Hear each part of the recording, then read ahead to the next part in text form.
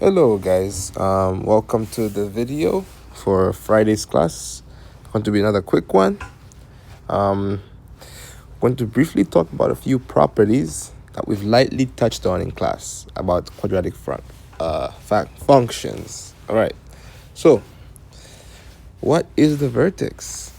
Okay, so before I begin, I'm gonna just draw a parabola right here, just to have a good reference. I'm also going to draw an upside down parabola as well, which is still a regular parabola, just for a good reference point.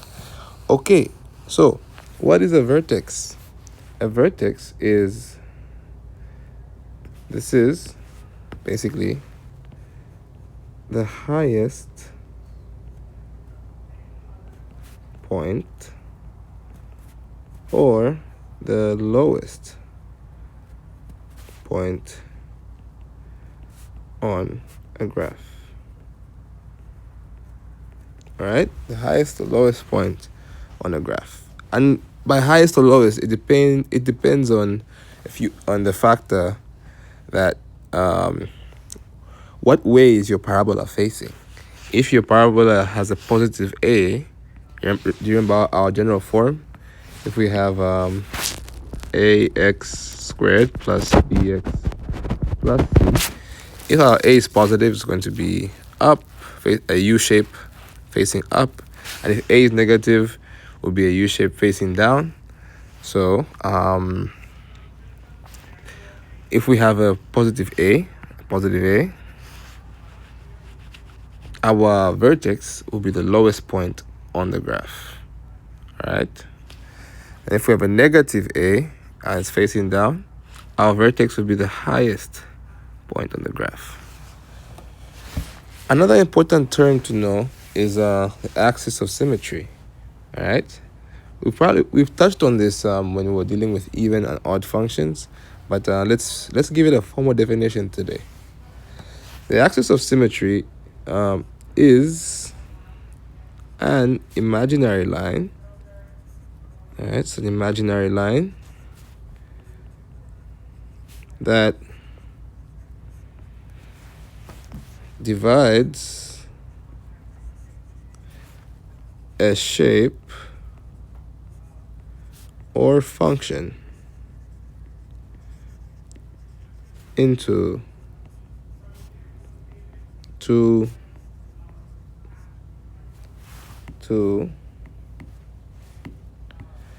mirror image halves. All right, so okay, hold on, let me finish my thought here. Such that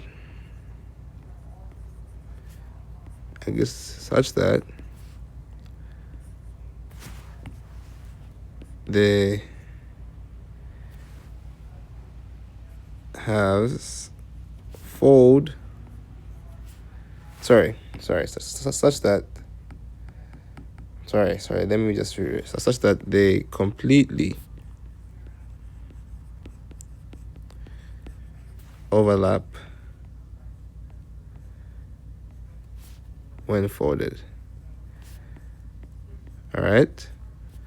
So basically, what that means is, if I have a parabola here, yeah, the axis of symmetry is the line that cuts it basically halfway. And if my graph is symmetric, a parabola is a very symmetric function. It's a symmetric function. I can cut it in half, and I see that these two will. I see that it's going to fold up. All right, I see that it will fold up. But anyway, it will fold evenly. It will perfectly overlap. Yes. Anyway, now there's an important question we haven't quite answered yet. All right? And that question is,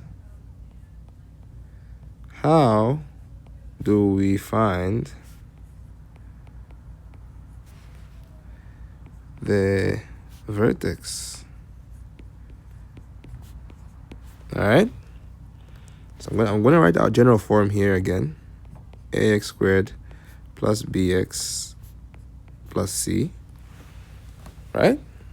How do we find the vertex? Well, it's very simple actually. We can use the formula to find the x coordinate of the vertex. Remember, the vertex is somewhere, right? We have an x and a y. It's a particular point. It has an x and a y. So we can use this formula, x vertex, which is going to be minus b, you get your b, over 2a. All right? It's going to be minus b over 2a.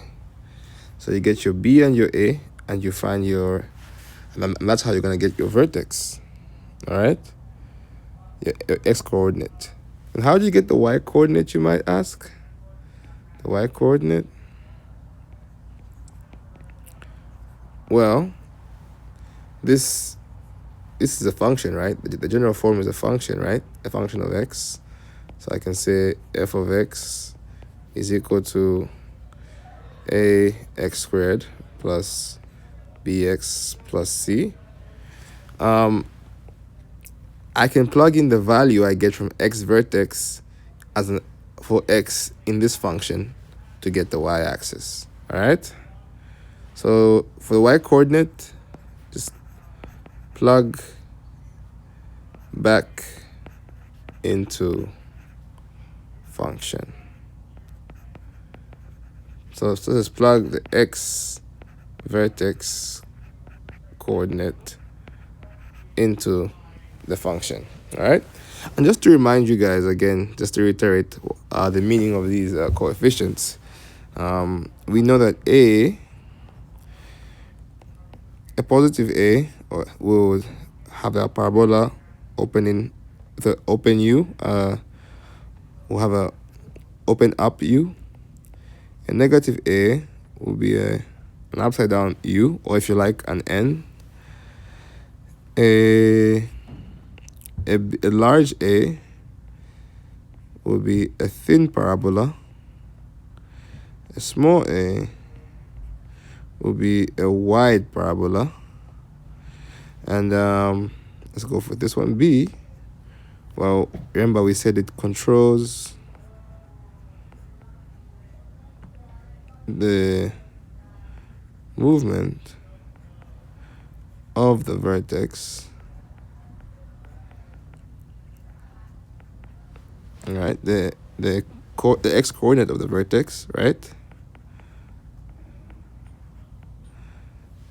And that's given by, we can find it by saying x vertex equals b over 2a,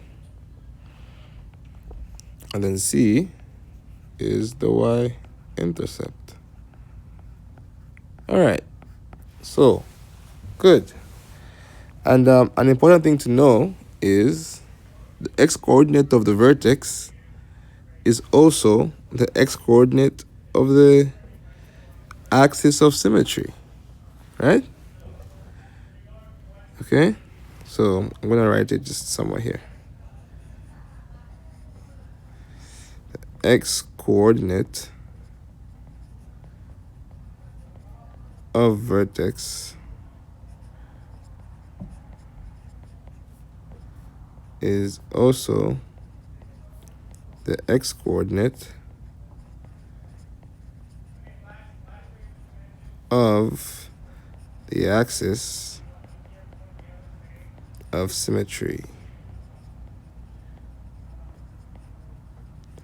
Okay, so, and why does this make sense, right? Let me just have a visual for you guys. This parabola, and that parabola. Again, yes. Okay, I know it's not quite perfect.